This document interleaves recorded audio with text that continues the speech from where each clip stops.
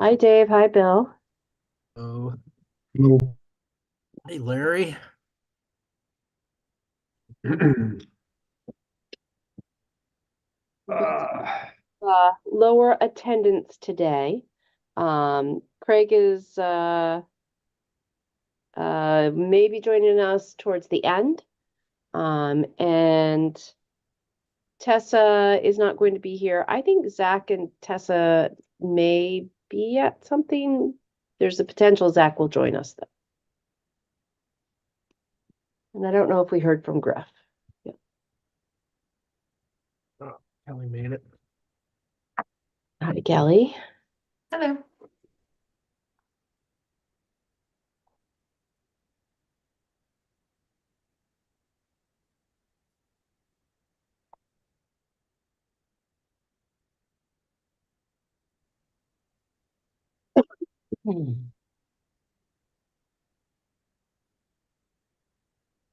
So I think we'll get started.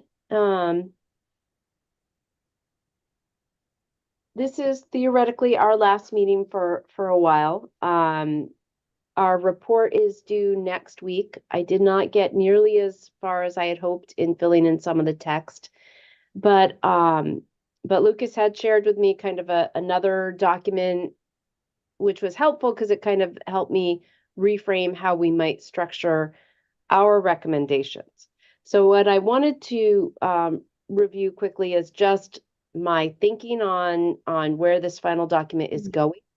Um, See if you guys agree with that, and then really spend time today on kind of talking about the recommendations that we want to put forward and getting those into the document. Like I feel pretty confident that between the information that different people have pulled together over, the last few months and provided for our meetings, that we can fill in kind of the background and information. But what I can't do on my own are those recommendations and, saying what are our priorities. So I'm going to review kind of the changes to the document, the structure itself. Then we can take a few minutes and perhaps look back through our meeting notes, that long meeting note document, and identify recommendations that we want to be sure to include in the final report, kind of pulled from those past meeting notes.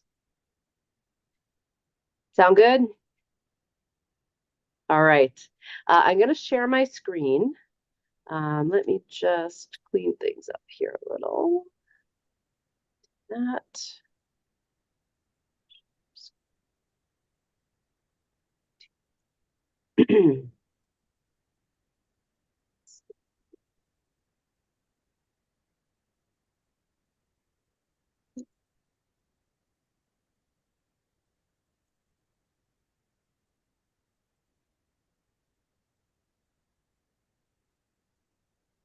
I am also going to put these in the notes. Or in the chat rather, so you have an easy way to get to them. I can figure out how to get to the chat. All right, so in the chat, I just put in, oh, I did not manage to get one of the links in correctly. I put in a link to our notes document. This document, though,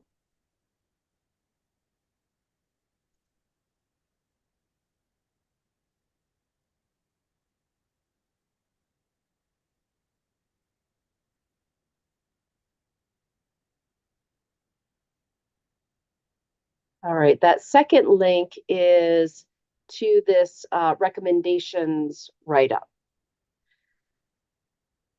So for the recommendations write-up, this is the title page. I'm going to zoom out a little here. The title page associated with that, people should check their affiliations. There's a table of contents. And actually, this is a great place to look at it. So I set it up as, because I did change some of our headings kind of based on how our conversations have evolved over time. So the background covers, kind of the background on eelgrass management, benefits of eelgrass, and stressors to eelgrass. The second section gets into current efforts and knowledge related to restoration and preservation.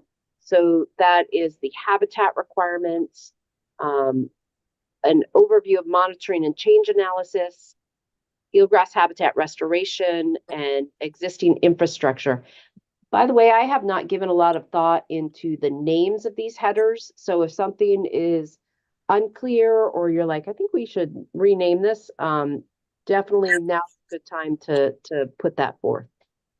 Existing policy, legislation, and recommendations, I broke up into what seemed like reasonable categories. So the kind of local EPA programs, the NOAA Research Reserve, neighboring states, additional states of the Northeast and New Jersey, and then management in Connecticut. And I'll show you what's in each of those in a moment. Potential barriers to restoration, siting and permitting of planting, co-location of restoration and aquaculture, engaging the community is the fifth section. And then the sixth section will really be a summary of any recommendations that we make. So we can make recommendations throughout the document and then restate them kind of at the end there. So the background goes over, our charge as a working group. In fact, some of this is quoted right from the legislature establishing the working group. I did mention other eelgrass related groups, specifically the Long Island Sound Eelgrass Collaborative. And I did put in this recommendation, which was something we had talked about, although I think it needs to be reworded. So reference the output from the Eelgrass Collaborative as they work to identify and address barriers to eelgrass restoration in the Sound and support continuing protection of eelgrass beds. I think this should be like something like in the future, continue to reference. So implying that this is something that that should be revisited. Like we should keep an eye on the output from that group. So Jamie, just a quick question on it. Is that inferring that this group would still meet potentially in the future, or is this a responsibility to the environmental committee that they're the ones that need to continue to reference the work of the Eelgrass Collaborative? I think that's a great question, and I don't have a good answer.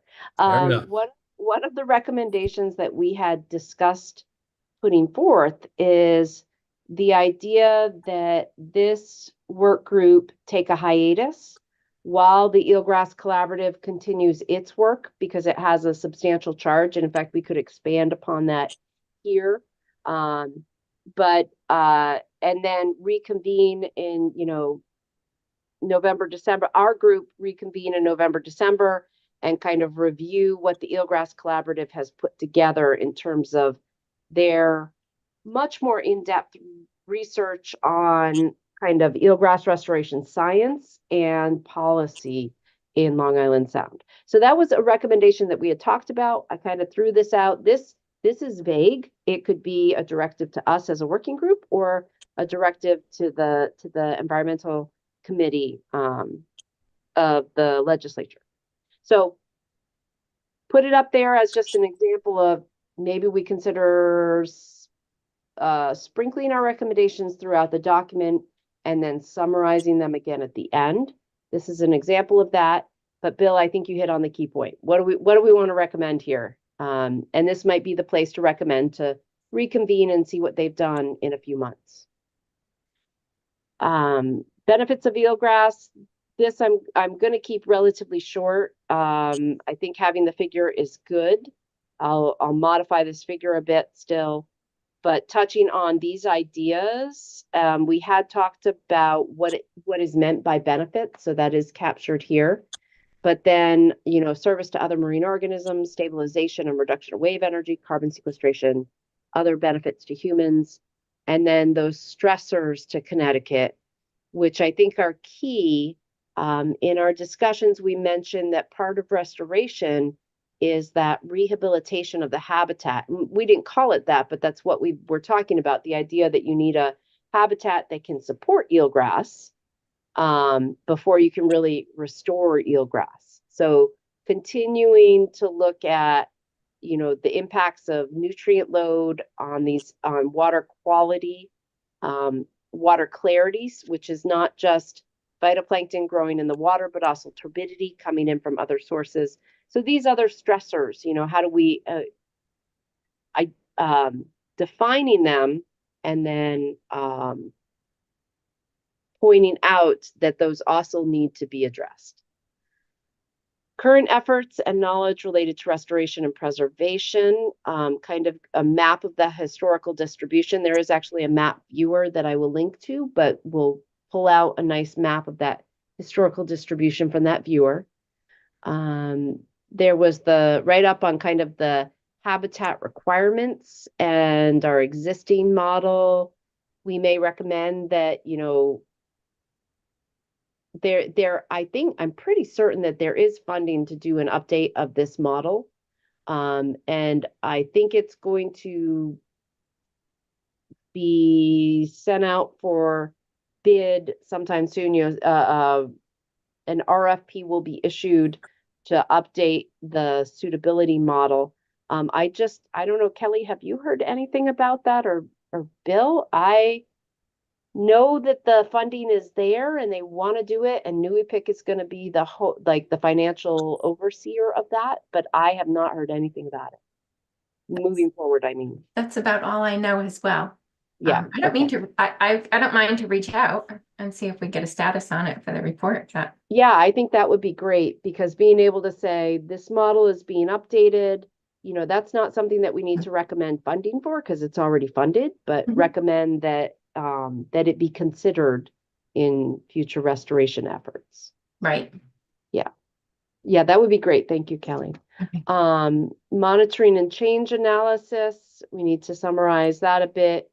Eelgrass habitat restoration. I'm just going to zoom through these. You guys have the link and we're going to talk about them in more detail. Okay. So for existing policy, legislation, and recommendations, I do have that very long document that Emily Watling had put together for the Eelgrass Collaborative, and I'll pull information out of that. We did go through and summarize that. If you remember that activity, we each summarized sections of it. So I'll put in the summary here. And then there is a table also down here in management in Connecticut. There's a nice table. I don't know who put this together, if that was maybe Kelly did that or maybe Tessa. I'm not sure who did this table, but turns out great. Potential barriers to restoration is more of a discussion of what we have found over the course of this committee. Engaging the community. I know Tessa and Zach led us on some activities to kind of think about what we might do. So some of those tables could come into here that we put together as part of that group work last time. And I am remembering, we'll have to look back through our notes, but I'm remembering that there was something else that had come up regarding engaging the community. And I know it's captured in our notes and I just can't quite recall what it is right now. And then the working Would that group be like all the websites that we reviewed? It might have been the websites. I feel like, I actually think it might have been Larry or Alan that had a good idea relating to something related to engaging the community. It's in our notes and we'll find it as we scroll through, but I felt like there was an addition that should probably be reflected here. And then my idea with this working group recommendations is I at least right now while we're working, I think we put the recommendations throughout the document, but then we were going to want to like summarize them in a single place. So that's what I was thinking of this last area here. And then the final page is just references with links to things, to information. So any concerns about this? I simplified the structure a lot. I'm going to go back to the table of contents just so you guys can see it all at a glance. You know, I simplified the structure a lot. It had really expanded and then I pulled it back in. Any thoughts, concerns, anything that should be in its own section that's not in its own section? Well, one quick thing is, should there be like an executive summary? Yes, good call on that. I almost feel like it should go before the table of contents. I'll have to look at where you're supposed to put that. But let's put it. I might do this.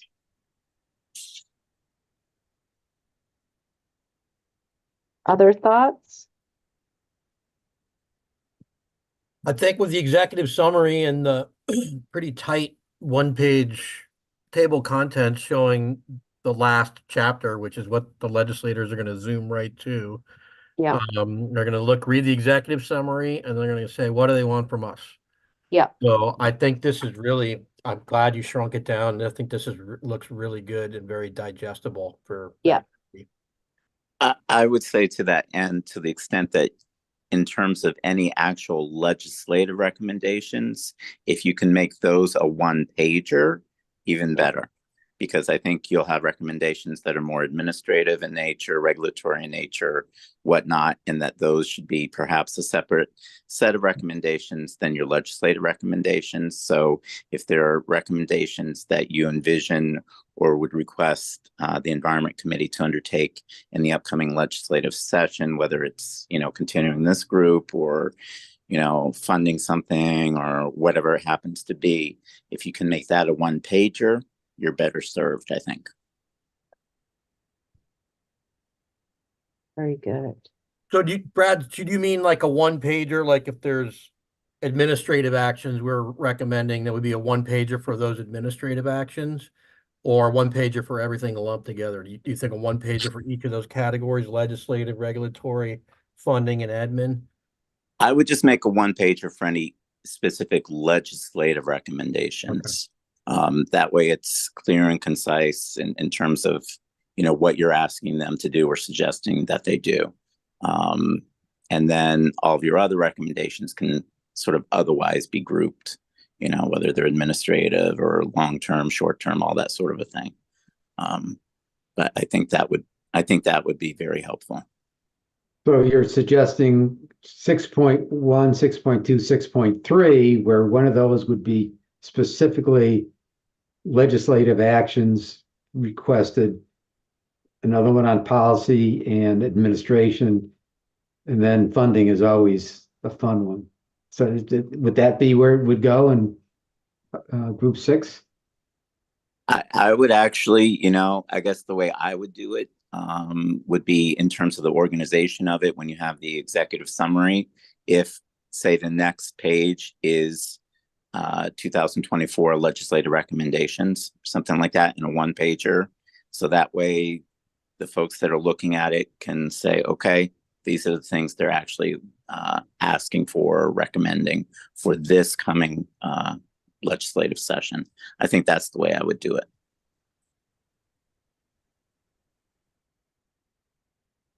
I think that makes sense. And I think to get to, I'm not sure if it was Larry or Bill who mentioned it. I think that plays well with this current structure, and then that executive summary really becomes the executive summary and a summary of recommendations. But then we can still put our recommendations in section 6, and that might be a space where if there's a little more explanation or they're a little wordier, whatever, that seems to fit in section 6, whereas this executive summary standalone page of legislative recommendations is punchier. It's more to the point, clear, concise, And I think that's a good approach for all of our recommendations, not just the legislative, but making them kind of very clear, a clear list that someone can come and grab that set of recommendations and say, okay, here they are. But that we can still repeat them or explain them in more detail in section 6. Yeah. And that works well, Jamie, because sometimes when you have bills, there'll be a reasons for a summary explanation of why there's certain legislation going on or an analysis, right, Brad? So if you could cut and paste it from the bottom of that, the more wordy part, it doesn't have to be part of the legislative language, but it could be a PDF on the bill's page so people can easily reference it. Yeah. I think and this is actually a question for Brad. I think in general, we want to keep this document pretty tight, pretty short, and not go on. And luckily for us, there are good things that we can refer to that are longer and go into more detail. Brad, in this type of document, are appendices included? Like, do people often include appendices? So I'm thinking about some of the work that we did in where we had longer documents that we were reviewing and talking about and kind of saying what's important. Does it make sense to include some of those longer documents in an appendix, or is that kind of not done in this type of recommendation document? It is done. There are appendices that are attached. Specifically if they support a particular recommendation, even better.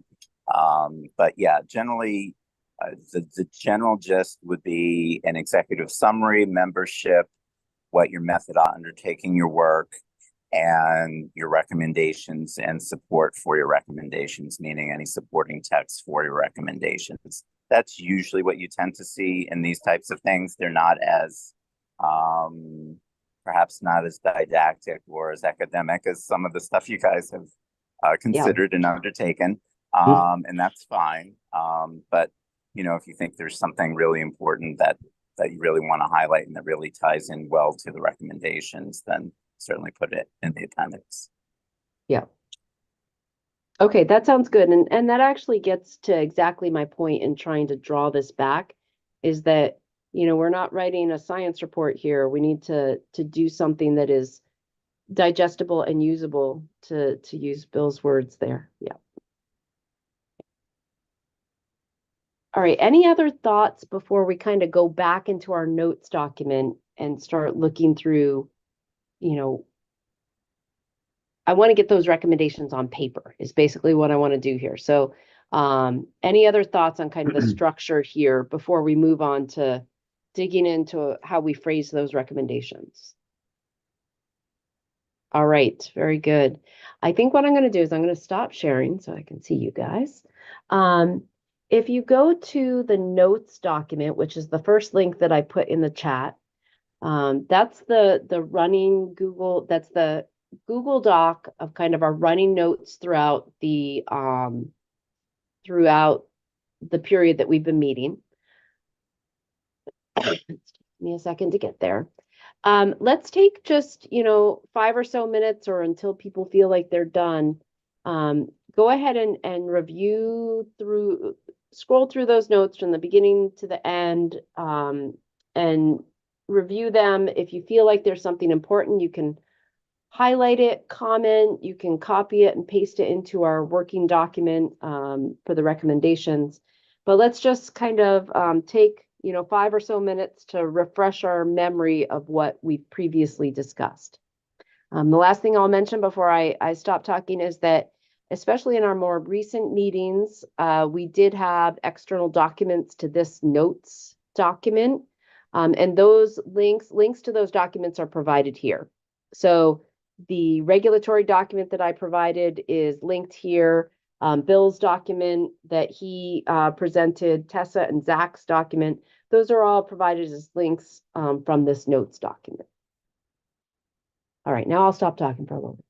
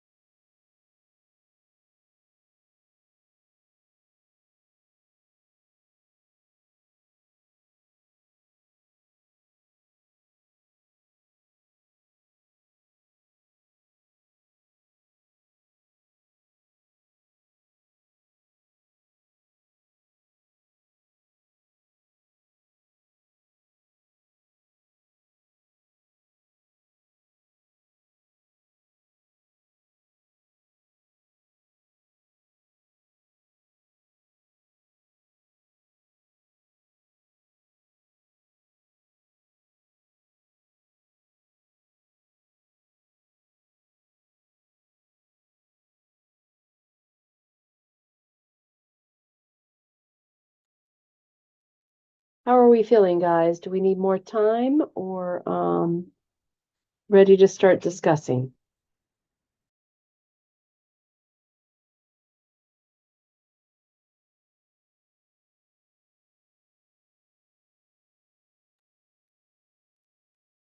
One more minute. Sounds good.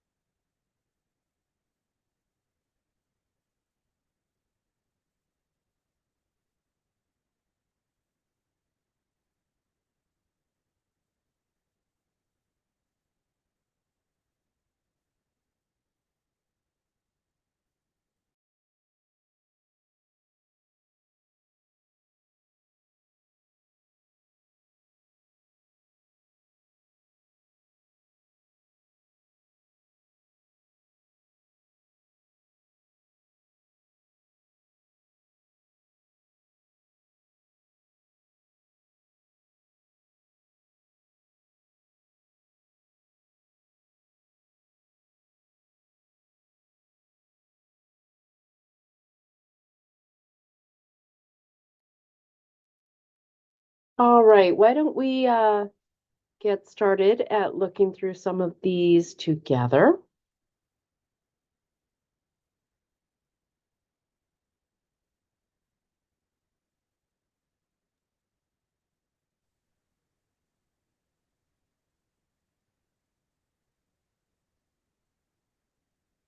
I'm just putting a link into the chat again. That's to the working document. And in that working document, I added a section at the very end, kind of breaking out funding needs and recommendations, legislative recommendations, and then other recommendations, maybe short-term and long-term, just as we're to provide some place to put in recommendations that we can all have access to if you guys want to wordsmith it. So my thought was that we maybe just scroll through the notes document from our work together and come up with recommendations that we feel need to be carried over into our recommendations list. I feel like I was very repetitive just then. Let's see. All right, so let's maybe start just at the top. Our August 30th meeting was kind of an overview meeting. I think we were planning a way forward.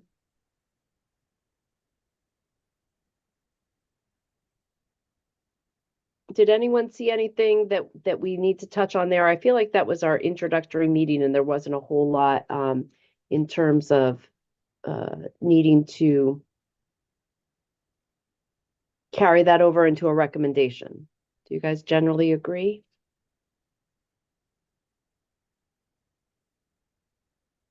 Yeah.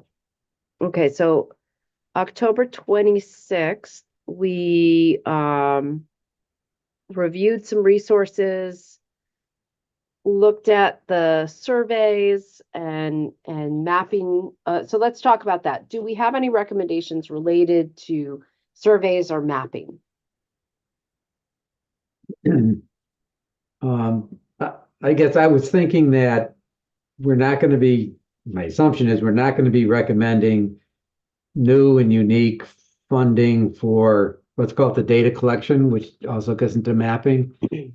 But we would recommend the continued collaboration with NER and the Long Island Sound Collaborative folks, that we would get access to their work or somehow support them to do it. Starting up something new didn't seem like the recommendation that I would want. Let's build on something that exists. I guess that was my point. Yeah.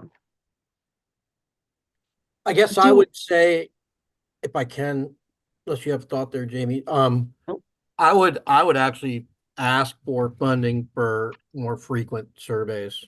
To your point, Larry, I think maybe it should be directed at the NER or I don't know, U.S. Fish and Wildlife or DEEP with Kelly's efforts.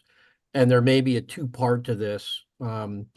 One is the overall mapping, and we read a lot of stuff about the frequency and was it ORTH recommended annual or even like a couple times a year over the growing season if you could get away with it. But I think we should recommend at least one comprehensive survey every year. And if that's going to be too much, maybe another recommendation is to have one comprehensive survey every other year, but have annual index sites of representative meadows, maybe like what Kelly's doing, working out the bugs to do low-cost drone flights, to have annual pulse on what's going on with the eelgrass bed. Because I've heard there's been a couple of years ago, I heard it was great from fishermen and people around the Clinton area, was eelgrass was expanding all over the place. And we need to capture that, I think. And so it's going to take money.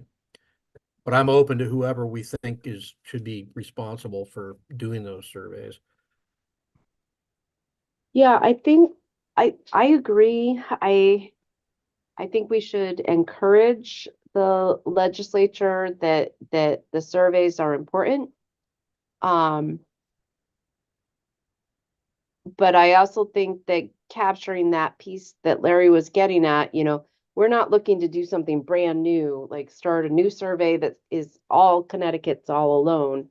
But and I don't think we're suggesting that Connecticut fund the surveys, but in some way, contribute to or support financially and just,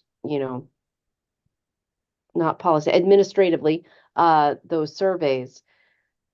I agree with that. How do we write that up? So I took some notes as we were talking, but it's like 4 lines of train of thought. Well, I have one question for Brad then. This survey is a by-state survey. Is there a problem with Connecticut state money being used on a survey like that? Would Connecticut state dollars have to be restricted to Connecticut waters? I'm not aware of any such restriction of that nature. If the money is going through presumably an agency like DEEP or DOAG, I think it probably could be used in that kind of collaborative way. I'm not aware that it can't be. Okay, thank you. Yep. I will say, or I will share kind of my operating principle when it comes to funding is I'm pretending that we can ask for the moon in terms of funding. We can help, we can go back and kind of refine our recommendations, but I think we should start with assuming that all the money we could ever want is available, and then we can kind of prioritize and after those funding recommendations are in, perhaps. So I'm going to say, a recommendation would be we want to provide financial and administrative support for ongoing, well, not ongoing, because we want an increase in the frequency Yeah, for annual eelgrass surveys.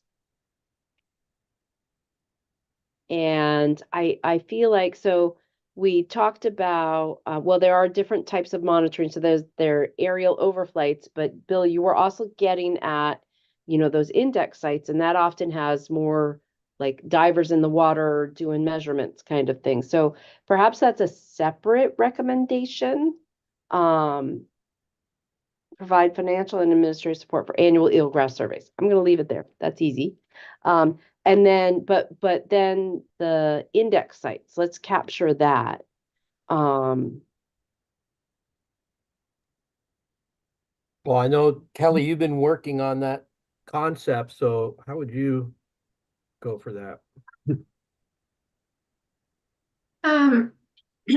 Well, you can probably have something it's more detailed surveys at index sites. I think the difference is the methodology and the frequency. Where the first recommendation is the aerial overflights, but the index sites are more detailed with drone or divers, maybe kayakers, volunteers. And as far as So- funding, go ahead, Jamie. Well, I was going to say I expand. So if you're not in the document, I suggest going in because you can see what I'm typing and you can add your own recommendations. But I modified it for our first one. I said provide financial and administrative support for annual aerial eelgrass surveys to assess coverage, and then provide financial and administrative support for detailed surveys at index sites to assess. I'm going to write additional eelgrass metrics such as coverage, density, biomass. Do we want to use the word health, which could get at lots of things, or do we want to, list things more scientifically, I guess is a question.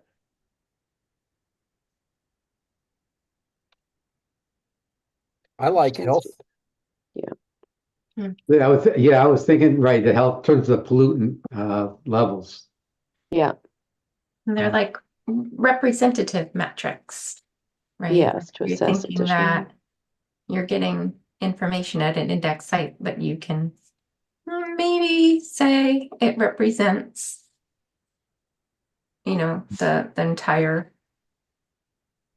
northeastern area that we survey with the annual aerial flyovers.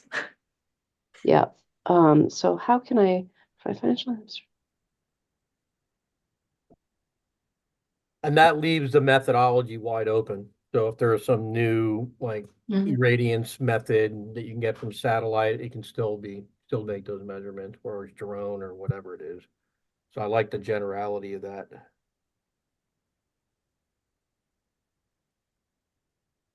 I want to capture the representative of other eelgrass beds. And I was trying to do it in a sentence. I almost feel like it might need 2 sentences though.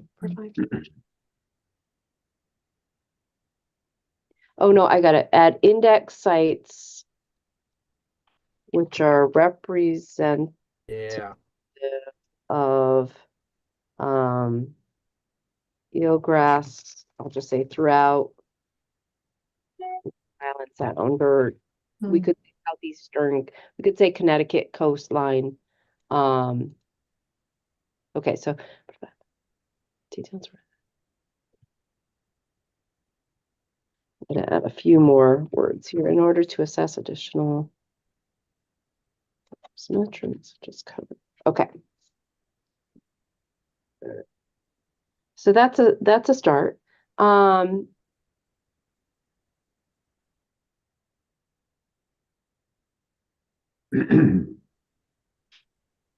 And those funding needs and recommendations, just thinking in terms of getting this into our final format here, those are recommendations to the legislature to do funding.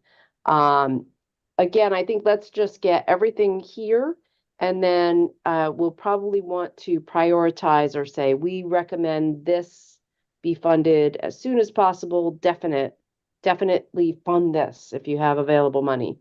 And then maybe we tier it so that, other things could be funded if funds are available.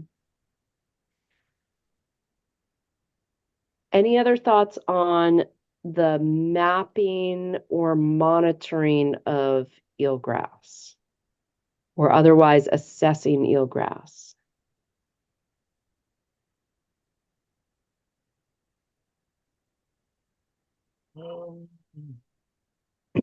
Right. So like with the EPA flowering study to, look at the seeding rates and timing and all of that, is that something we should be asking for support for as well? Or is that being handled in-house by the groups that are participating? So that's a good question. It is currently not funded. And so EPA, Phil Colarusso specifically has asked, and Kayla Sullivan at EPA have asked people to go out and survey it. I ended up not doing it last year because we just couldn't get it together in the time frame that they needed, which was it was like a 1 week turnaround time. They're like, "Can you go out next week and do this?" And we were not able to. So right now, I think that effort is important. Is it funded? I think the idea was that it would be, but I haven't heard anything about it being funded. And we're approaching February here. Ideally, it's supposed to start in March. So I think it's an unfunded request. Yeah, I think it still is unfunded, and yeah, I'm not sure if they just still want some more preliminary information in order to decide, is this really a viable thing? Are we going to pursue it? If we're going to pursue it, then there's going to be a lot bigger ask. Yeah. So the reason I ask is that I think the first two asks, especially the first ask, a very clear one for the Environment Committee to get their heads around. Yeah. But all these other components, as far as funding goes, they need more of just like a general package, fund eelgrass, you know what I mean? Restoration. So maybe it's we shouldn't add that as a separate thing,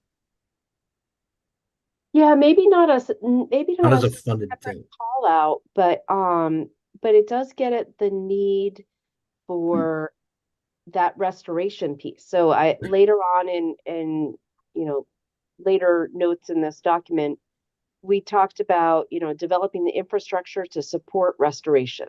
Exactly. And maybe that's where supporting, and so that's research to understand timing of seeds in Long Island Sound. Maybe under that restoration support package, you have some suggestions to support research, some suggestions to support job development, because we had talked about, can you make this a viable job, that it is someone's business to restore eelgrass kind of idea. And then there are also policy suggestions related to that. I remembered the idea that came up, and it was the idea of like leasing eelgrass beds as locations to harvest seeds from. So that was the innovative idea for that. So maybe we make a separate restoration recommendation category. Yeah. And that's where it falls. And so we would talk about, and we're just going to throw this out there. Honestly, I'm already editing in my head, but I think things like the research, we have alternate sources for research. And so if I were talking about doing a research study to look at the timing of seeds, I wouldn't necessarily expect the Connecticut legislature to support that. That's not where I would go looking for money. If they offered it, I would take it, but I think that there are avenues for that research, for funding to support research. I think there's less or fewer dollars, fewer avenues to support things like infrastructure development, job training, and that kind of policy piece of, okay, how do you set up a business to harvest eelgrass seeds or something? So I'm going to write it, but I think it might fall off, is what I'm trying to say.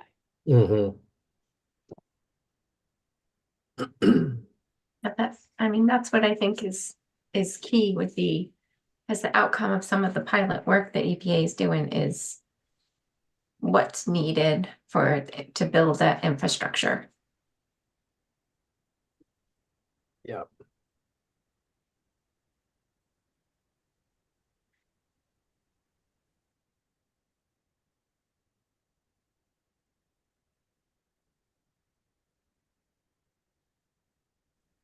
Very, very poor grammar that I'm typing right now, but so what do we want to say about the infrastructure? Support, financial support for infrastructure development. Well, I mean, to parse it, wouldn't we want to support a pilot program to address that area? I mean, rather than trying to create some big thing, is zero in on a pilot program, maybe hit one or two or three different approaches to that. Because I'm not sure we know the answer at this point. Pilot programs are cheaper. I think that's true as far as like the methodology. There's a lot of different methodologies being tested out and have been. But I do think, the infrastructure for, let's say, because my understanding is the EPA is really looking at seeds as the basis of their efforts.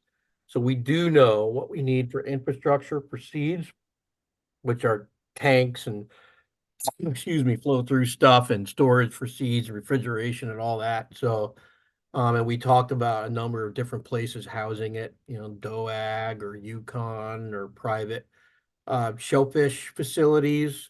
So I think that would be a really good infrastructure program that I think the legislature could get their mind around. To an example, when Governor Cuomo gave $10 million for shellfish hatcheries on Long Island for shellfish restoration, it was infrastructure money to build the hatchery. And so if we could get infrastructure money, it would be a lot less than $10 million to enhance the ability of Connecticut to support whatever method or business of restoration comes out of all of this. We do need that. I'm not quite sure how to frame that or word that. Well, that's the first half, which says sourcing and creating the seeds. The second half is how do you plant them? Right. So I think those are two different, and it's almost, each one has its own approach or different pilots. Can I mechanize it? Do I have to do it by hand? Yeah. You know, Yeah, this is great. I think you got, okay, yeah. I'm flipping back and forth between your faces and the text here. So I was trying to parse that out a little bit more. So I said financial support for infrastructure development in support of field aspects of restoration. That's not quite a planting. In any case, that needs a little wordsmithing. But the second one is support infrastructure upgrades for housing and preparation of eelgrass seeds. Mhm. And so, but then no, I support a pilot program to test approaches to supporting restoration as a viable industry in Connecticut. So those are like three different options. Mhm.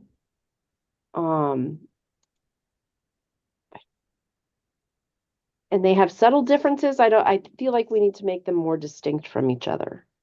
Support for research. I don't for refunding. In yeah, I think they're reality, distinct, but because you got the infrastructure as Bill mentioned for this seed growth, development, harvesting, if you will. Yeah. You got the planting or whatever the right aquacultural term is. And then you have the business aspects of how do you monetize this thing so that you don't have Connecticut taxpayers in a bureaucracy doing this, but somehow get the private sector to kind of what's the word I'm looking for? Self-motivate? Yeah, self-support. Self-support, there Yeah. you go. Yeah.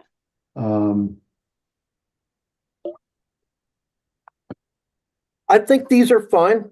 I think in Okay. reality, what would happen with this is someone's going to say, give me a number for restoration. And Yeah. then all of these things would be cited underneath it. And it would be up to the receiving agency or entity to come up with a plan of how they'd be divided up.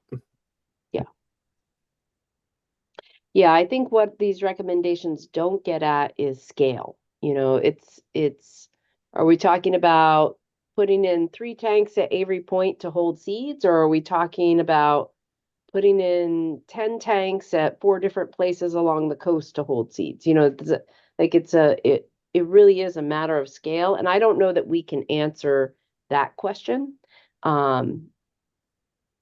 If you want a small scale, it's a smaller amount of money. If you want a big scale, it's Yeah. a bigger Well, amount. I think you're right. I think it's a question of how much money to have a viable project, which is big enough to have demonstrable results, which you then can scale up. Because if you're not successful, why would you throw more money at it? Yeah. All I right. think really So quick, Jamie, I think that scale question, we need to make some references in here to the collaborative, and maybe the scale would be determined by the collaborative. Because they're the ones that are going to be driving the mechanics specifically of how this is all going to work, in my mind anyway.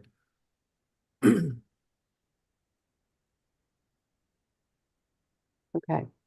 I just looked at the time. We only have about 20 minutes. So I'm gonna try to move us along quicker.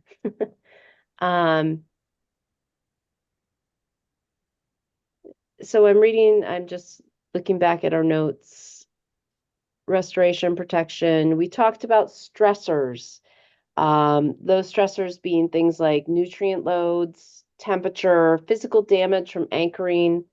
Do we want to make any recommendations related to addressing those stressors? Yeah, I had one for creating a grant program for purchasing eco moorings in common mooring areas. So not private marinas where they already have all that stuff, but all the islands people love to anchor behind and go party. And so if there was a state fund or through the boating division, maybe a deep, I don't know, Kelly, if you think that's appropriate, where it would be best housed, but I think the state would be well advised to invest in areas where anchors are a particularly identified threat. Well, don't you need two halves of that? That's the carrot, and the stick would be you have to have eco anchorages, right? So I think you need both pieces of that. Good point, Larry. The So one thing I that's don't know is if that's really a proven science. I know there's a pilot that's being attempted at Fisher's Island. They put in for some funding to try some stuff out. So I don't know if we need to reference that or just leave it like this, simple. You need to be using this technology. I don't know enough about it. Yeah, I will say that there's definite evidence that moorings impact eelgrass, like all, traditional moorings. The question is, and I think there is evidence in the literature that the eco moorings reduce the impact on eelgrass, but the level of that reduction of the impact on eelgrass, I don't know. Yeah, I mean, it is restricted to the eelgrass areas that have been Yeah. designated. We're not saying the whole sound has to be that way, right? Yeah. Yeah. Okay. But so so I wrote down support the purchase of eco mooring, a state fund to support the transition to these anchors or moorings, and incentive funding program. It's kind of poorly worded, but getting at what Bill was talking about. But then the policy piece that Larry brought up, how do we want to phrase that? Are we looking to say no anchoring in eelgrass? I think that's No, a really hard one. Yeah, that's restrictive. I think if you're going to have the program on one hand, then you say in these designated areas, the only way you can moor is with those that technology. And oh, by the way, we're going to help you upgrade your mooring capability. So I think it's a paired set. That's all I was saying. Yeah. Let me capture that real quick. It brought up an example from Rhode Island in my mind. So suggested policy is that in designated areas have to use the eco mooring. We need to rephrase that. If anyone has any good ideas about how to phrase that better, please feel free to jump in. An interesting phenomenon in Rhode Island is that they wrote it into their legislature that they needed that in order to evaluate Narragansett Bay for attainment of water quality criteria, they developed all of these hypoxia regulations. So because they developed their water quality attainment based on these water quality regulations, the state funds the buoys that are out monitoring hypoxia. So this almost gets at the idea where if you're saying, in designated areas, you have to use eco moorings, we have to then designate those areas, which then requires that we're out monitoring where the coverage of eelgrass is. So it's almost like mandating, okay, we have to do this. My impression is that, Rhode Island, they put that in there and then pretty quickly they had one of their representatives who said, okay, and now we got to fund this. I worry, this is not our call to make, but I worry that we could suggest that policy, but I feel like we need the other half, which is then, and if you do this, you should also fund the assessment of those areas. Because at UConn, we get a lot of unfunded mandates. So, no, I agree with that. So Jamie, on that point, we talked earlier about the drone surveys, aerial surveys. Can that do the Yeah. same? Can that be part of the, keeping track of the designated areas? Yeah.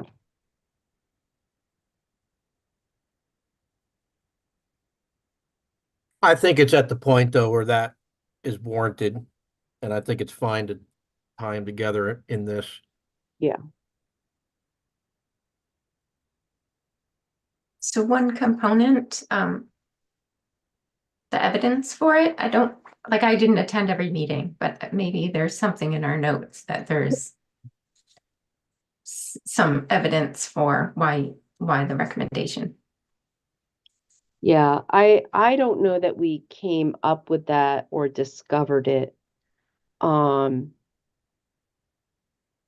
I do feel like we would want to cite something. Yeah, we got to dig up a reference. Yeah.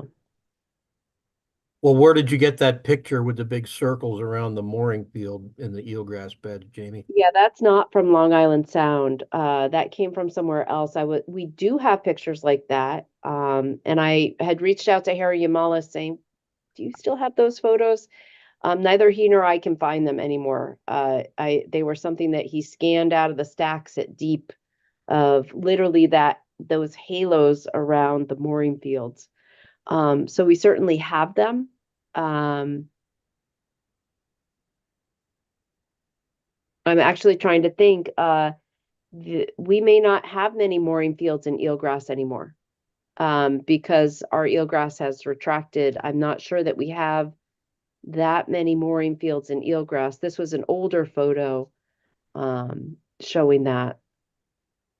I think we could reference a number of Yeah. places. Nantucket had that issue, and like for the specific project we're working on, it's a popular place to drop anchor in the summer, and we're also restoring it. So we're gonna have to do something, or we're gonna be working against ourselves there if it takes off. So, Yeah.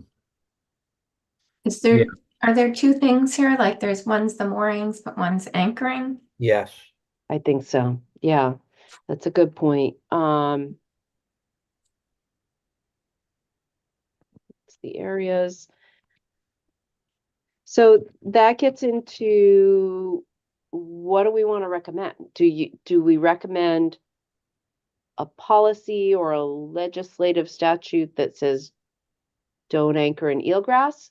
Or do we recommend support of an education campaign like what they're doing on Fisher's Island, the Look Before You Drop campaign, trying to educate people? There's not, I think someone think had you gotta brought do this up. both. Yeah. And there's not a lot of evidence that the education campaign is effective. That it's very hard to assess how effective those campaigns are. Yeah, I think that it requires Right. dedication. Yeah. I did a quick search and came up with these 3 recommendations. So it kind of sounds like they're right in line. The education, the eco-friendly systems, and also designated anchorages, which we didn't talk about, but seems like a decent idea. Yeah. And that's true, Larry, because some of these places are shellfish leases, and they're not going to want to have eco moorings or any kind of moorings on those grounds because they get in the way of operation. Right, yep. So, at designated anchorage areas and eco moorings, a combination. We need some kind of preventative anchoring recommendation for this whole thing, because that's a really big problem. Yeah. But as far as getting into an enforcement of that, or who installs those moorings, is that a state program? That's what I would recommend, that, state boating. I haven't talked to them about this. Probably give them a little heads up about this recommendation before we send this in, but if they would be interested in using state funds to create these types of designated areas and eco mooring to protect eelgrass in state waters. So, I think that's a route forward. I think it can often be hard to carve out those funding sources. And in the interim, I wonder if there's a way to recommend the start of, the Clean Marina program or the Green Marina program. If there were some kind of certification that you give to the people that run those mooring fields, because not many people apply for their own mooring permit and install their own mooring buoy. You're usually going to a marina and using their mooring field. But perhaps, I don't know if those are state run, or if they're coming from an NGO, but it might be something to consider as kind of a green mooring program.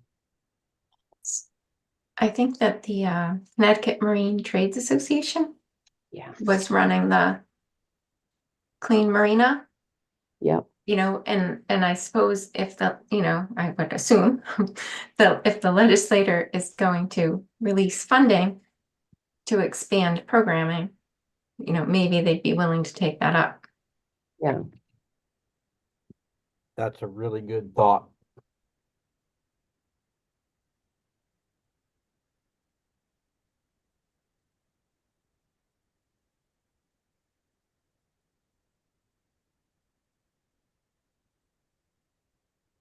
And it could even be an add-on to the Clean Marina program, because many of those marinas are the ones running the mooring fields.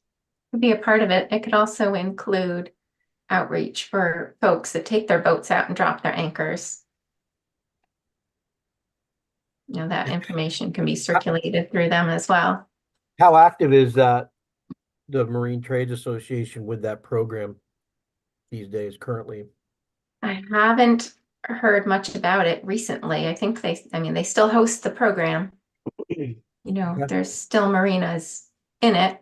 I don't know if they actively search for folks, but and I'm not sure about their funding situation either. So, something where if the funding's available and, they can hire a position, it could be more successful. All right, so let's move on. We discussed restoration, different methods. I don't know that there's any barriers to the different methods of restoration. We talked about like adult plants versus seeds, buds, gluing the seeds onto the clams. I think that was more background. And it kind of, did we cover it with the financial support for research, funding for research on seagrass flowering and seeding timing? Maybe there's a recommendation for financial support for research on restoration techniques. Yeah. That maybe covers a lot under that umbrella there. All right, so I'm gonna move on rapidly here. We talked about potential barriers. Yeah, so I mean, a big one seems to be pollution, and I get, local zoning can talk about to prohibit certain fertilizers within X distance of the shoreline. I don't know if the state can enforce something like that, or has that got to be local? So far, that's been local. Yeah, that's what I thought. I know. State. Go ahead, Kelly. It's been local, like inland wetlands, riparian buffers. That's all been on the local level, and that's all very similar use of fertilizers and pollution. But through municipalities that have a permit for stormwater, so there's actions that are included in their permitting to address like stormwater pollution. But I'm not sure how to handle like fertilizers. We've tried behavior change campaign, but those things really take, like they take a continuous commitment. Long term. It's not just one and done. I mean, I know there's states that limit certain types of epoxies, paints, other quote hazardous material. I guess if the state could designate onerous fertilizers as hazardous materials, you could enforce it at the SALO. Hmm. That's So a the big, problem, yeah, I know, big that's problem. been tried, but there's a pretty big lobby Yeah, just to be aware of Hmm. for like fertilizer companies. yeah. Well, I was trying to limit it to, yeah, You're right. yeah. That would So be the they- best way to deal with it. So I don't know if we should work on, I don't know if we can legislate or I don't know how our recommendations on pollution would work given all the other jurisdictions on pollution controls and laws. I'm not sure how to connect it. But maybe it's not a legislative recommendation then. Maybe it's just a general recommendation to continue to support efforts to reduce nutrient pollution to coastal waters. Yes. And so it's kind of this general blanket recommendation that's really critical, maybe we phrase it like that. So excellent water quality is crucial to the success of eelgrass and to expanding eelgrass throughout the sound. All efforts at continuing to support nutrient reductions should be taken, like something like Perfect. that. Yep. Yeah. Yeah, I threw some more words on that one, Okay, great. which is education and guidelines and that, not a gun to the head, but more of a soft approach. Yeah. Like some examples may include,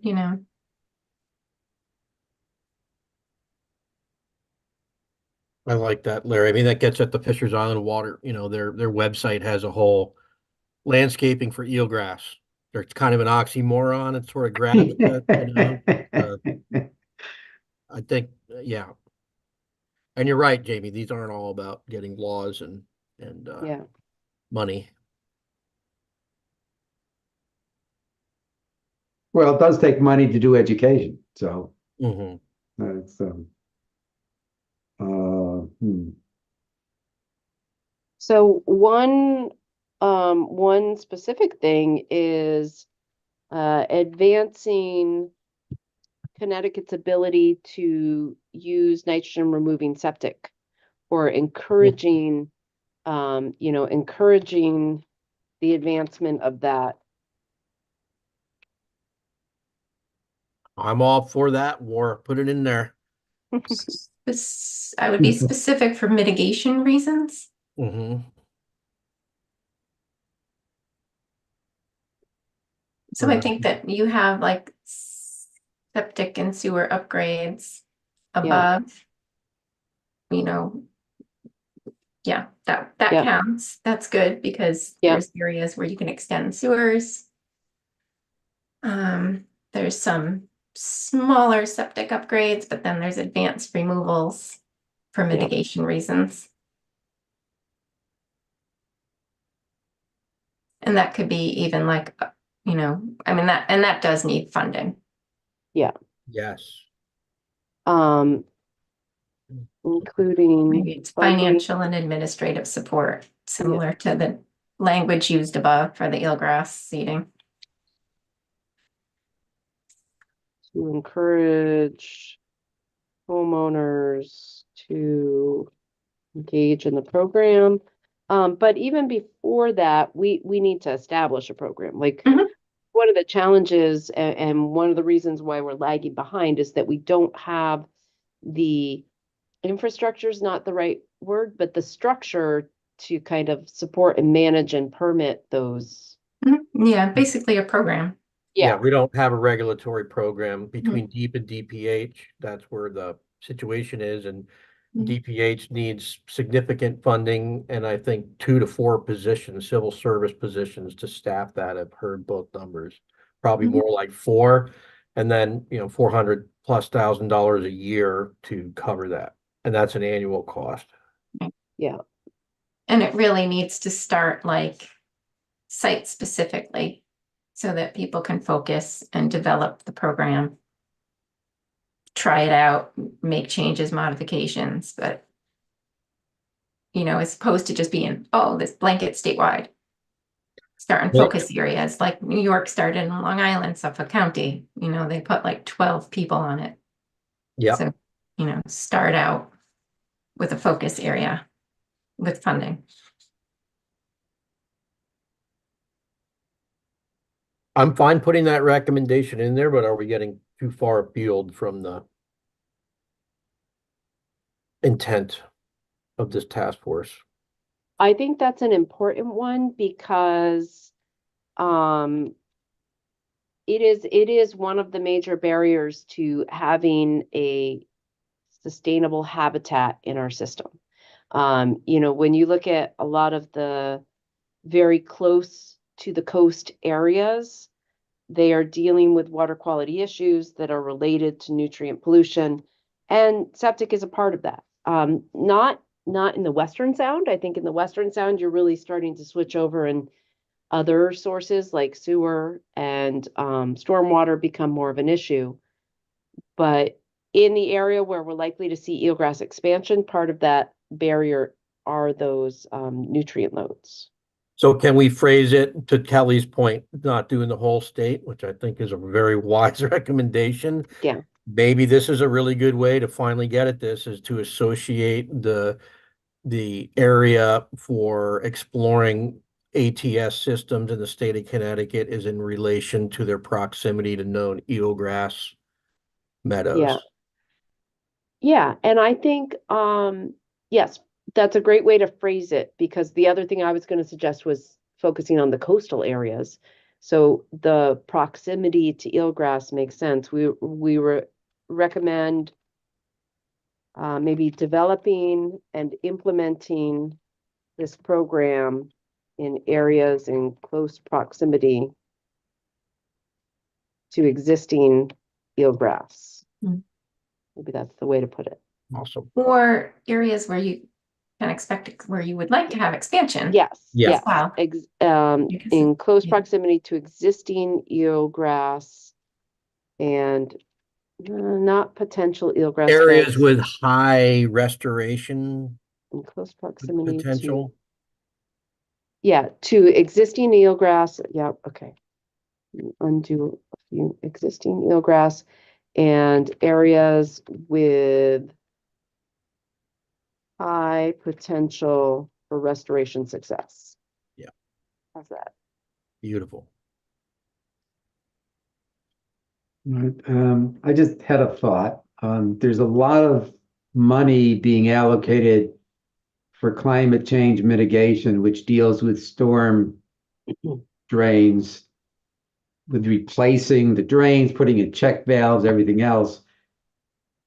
Is it possible to leverage and get on top of that, and when they're redoing a storm drain system, put in sensors to measure pollution? It's a good I mean, question. It's a minor, I think it would be a minor add if you're doing it anyway. But that was just a thought that kind of hit me. It says a lot of money going to be running around for that we don't have a choice to not do because the streets are getting flooded. But that's where the pollution comes from, right? It's all the storm, runoffs, et cetera, more than, the rain is just naturally coming from a guy's yard into the thing, I would think. Yeah, I think when we're talking stormwater, it definitely is, humans are a big source there. And I'm torn because on the one hand, I want to say, hey, let's just put it in there. On the other hand, I know that that's hard and towns are already struggling with just the bare minimum of monitoring. But maybe that's part of it, is better fund the stormwater monitoring just in general. In general, yeah, well, yeah, that's what I was trying to say, is it's not Yeah. It's not, oh, we're just going to say eelgrass. We really need to monitor those, the stormwater runoffs anyway, and manage it and control it. So, like I said, if we didn't have all this money splashing around to do that, then I probably wouldn't have brought it up. Yeah. Well, I'm trying to think of how to connect the dots there. to comply with the MS4 program. There you go. 'Cause there's not great compliance. We reviewed every MS4 permit in the state, and there's a huge lack of the sampling, and the sampling that's done with nutrients are like ammonia strips. That's like the EPA protocol. It's not that Oh, yeah. not that onerous. So I mean, as far as just stormwater pipe, so I mean that would be a good, yeah. I like that, Larry. I added a second part to it, and the first part might need a little wordsmithing here. So I wrote financial support for MS4 stormwater monitoring. Maybe we want to make that an and or like Mhm. two separate options. But the second half is in order to identify areas in need of mitigation, because I think we want to get at the point that it's not just monitoring to monitor and Right. get a number, Yep. it's monitoring and then fix it. Yeah. Yes, yes. Monitoring Or- to find the problem areas. Yeah. All right. So it is 4:36. We're a little bit over. And I don't feel like we've come up with our full list of recommendations. We're also missing part of the community, part of our committee. Brad and Lucas, how how hard is this February 1st deadline? Are we able to go a little bit longer? So that we can engage the committee in these final list of recommendations? I would say it's definitely not a hard deadline in that sense, in that working groups frequently and task forces frequently go beyond that. I wouldn't, Mhm. try and go too far beyond that, because I know that at least from the Environment Committee's perspective, they're already working on formulating their priorities for the upcoming session. So you want to make sure that you're timely with your report so that it can be part of that broader discussion by the committee. Yep. But if you're, if by the first day of session, if you have it, that can probably work also. Okay, what Um, is the first day of session? The 7th. That's the 7th. Okay. So I think what I'll do is I'll give everyone some homework Yeah. and send it out to our broader community. Point people to the end of this document here and perhaps we can live edit. Maybe we could send daily reminders to check in, both on the notes page, add some ideas for recommendations. And then I would like to try and get one more meeting scheduled, ideally for next week. When is the 7th? Next week is the 1st.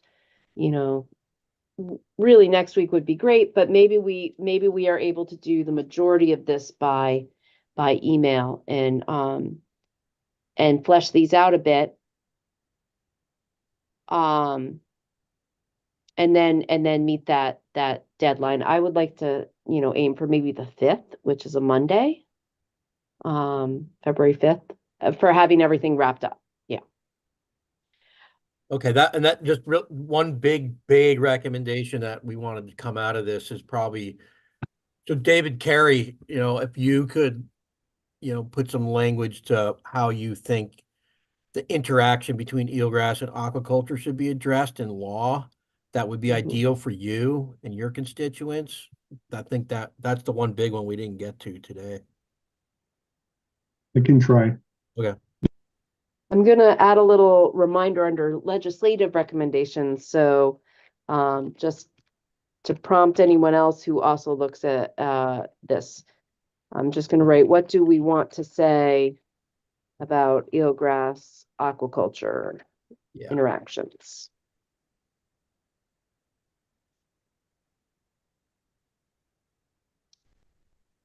All right, so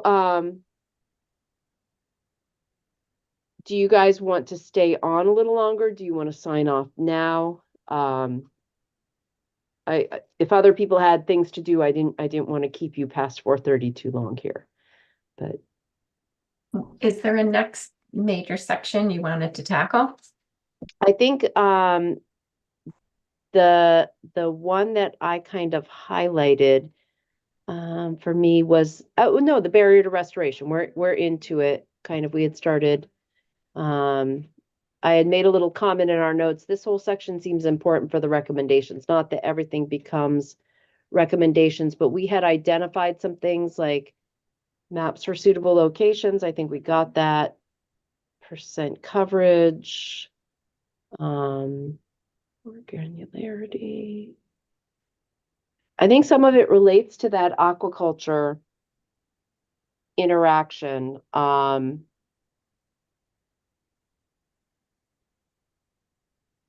we had actually highlighted, I don't know if you guys noticed that in the notes, but we had highlighted what might need to happen, which is that Army Corps 5-year permit prohibits aquaculture work within 25 feet of eelgrass. If we're looking at that to change, right now it's on a case-by-case allowance as being closer to it. So it says would need to be changed at the state level first, then under the Army Corps' New England/Connecticut permit. I think a big question, so that's a big question, and I think that is something we need to discuss, and maybe we do that just briefly here. But do we make a recommendation for a legislative change, or do we handle that in policy? Thinking back to one of our first meetings, Heather Summers, Representative Summers had said, policy is often easier than legislation. So what do we want to recommend here? I think that's the big question.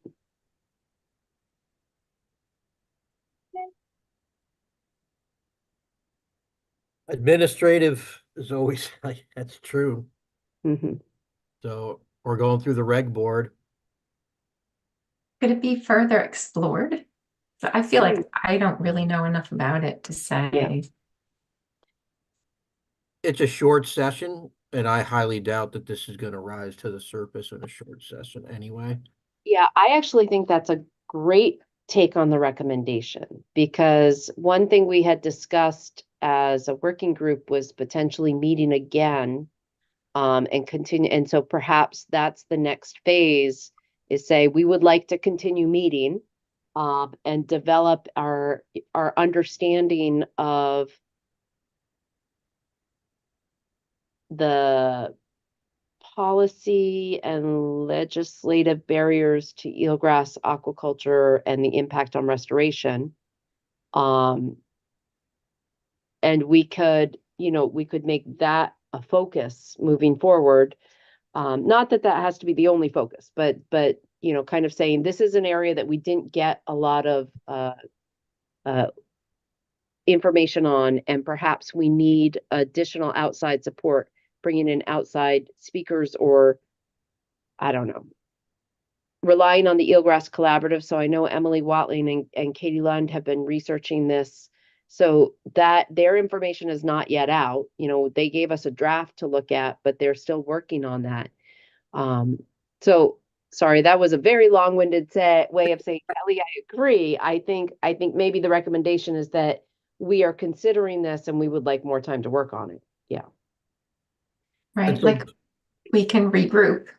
Yeah. And follow up with the collaborative, and then, see where we need to go from there. Yeah. So quick question for Brad then. So our mandate at this point is to produce this report. We will do that. But acknowledging that the work's not done, especially on this particular topic, we request more time.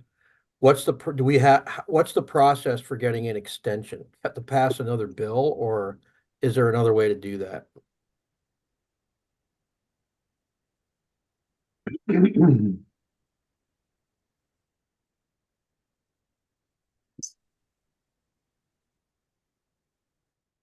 Did you hear I the know, question? Bill, that you were asking me a question, but it then froze. Oh, sorry, I saw that. Yeah, so our mandate is to produce this report for the legislature, for the Environment Committee to review. We're talking now that, some of the more difficult policy stuff, we're going to need some more time.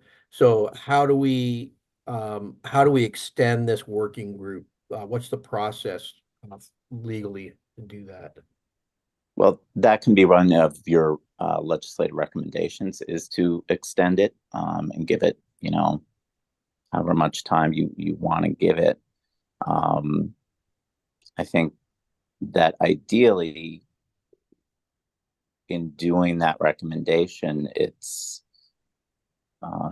you need to show kind of an advancement so that it's clear that you're not extending it just because you didn't get your work done, which you guys have done, but you're extending it for the further kind of iteration of what it is that you're going to be doing, and make it clear that it's distinct from sort of the initial charge. It's a more elaborate or intense or involved analysis and process that you're going to go through. I think that's important to distinguish it, because we, as you may know, frequently get groups asking to keep on and keep on and keep on, and I don't think that's looked upon too favorably. But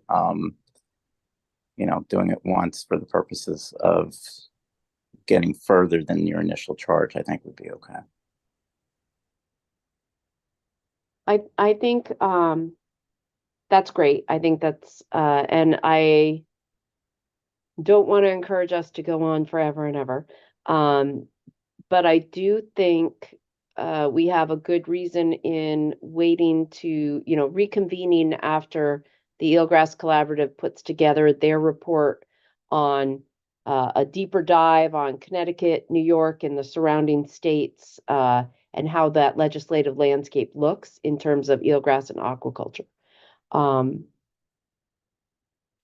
I think we should still write up some sort of recommendation, which is what we had discussed in one of our meetings, the idea that if this is a policy change that happens at the state level, and then requesting U.S. Army Corps of Engineers to change their permit to more accurately reflect what's happening in Long Island Sound, which is allowing eelgrass, allowing aquaculture and eelgrass to coexist.